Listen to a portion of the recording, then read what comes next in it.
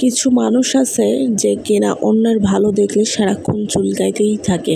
কে কী করলো, কে কোথায় কোন ফার্নিচার রাখলো, কে কী খাইলো, কে কোন ড্রেস পরলো, এত সময় মানুষ কোথায় থেকে পায় আমি বুঝি না।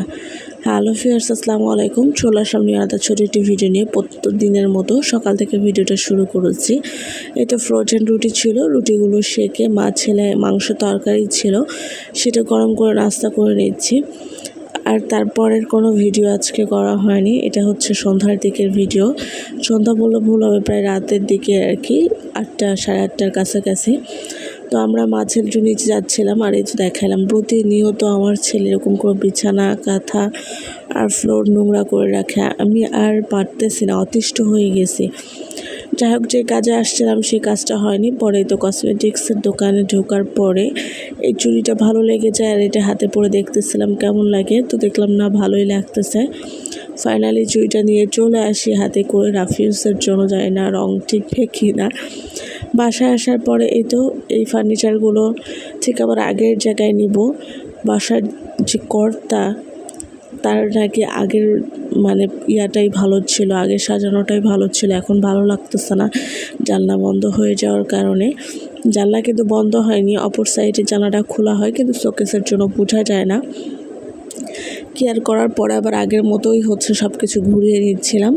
আর এদিকে কাজ শেষে চলে আসছি একটু ডাল চচ্চড়ি করার জন্য। প্রথমবার টমেটো দিয়ে ডাল চচ্চড়িটা করে নিচ্ছি। তো যেটা বলতেছিলাম ফার্স্টে, কিছু কিছু মানুষ আছে যে কে কী খাইলো, কার বাসায় কে আসলো, কে কোথায় গেল, কে কী ড্রেস পরলো, এগুলো নিয়ে সারাদিন গবেষণা করে। আগে জানতাম যে এগুলো গ্রামের মানুষ করে বা গ্রাম সাইডে এগুলো বেশি হয়। এখন ঢাকা শহরে এগুলো মানে অহরহ।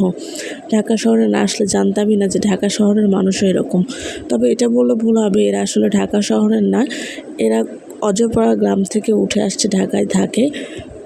হাজব্যান্ড চাকরি করে, বাচ্চা কাচ্চা পড়াশোনা করে, এই সুবাদে আসার পরে কার ঘরে কি ফার্নিচার আছে, কাঠের নাম মালয়েশিয়ার নাম অডোবি, কে কী খাইলো, কে কোথায় কি ফার্নিচার রাখলো, কিভাবে ড্রেস পরলো, মানে এত চুলকানি তাদের, কিভাবে যে তারা এত সময় পায়। আমাদের তো ভাই কাজ করতেই সময় পার হয়ে যায়, কার ঘরে কি আছে না আছে এগুলো কখন দেখব।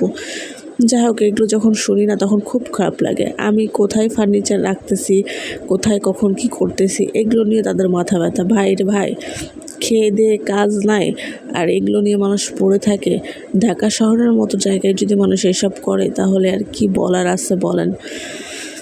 জানি না কি শান্তি পায় তারা এতে। তবে আমার কখনোই কোনো কিছুই কারো কিছু নিয়ে কখনো ইন্টারেস্ট ছিল না, এখনও নাই।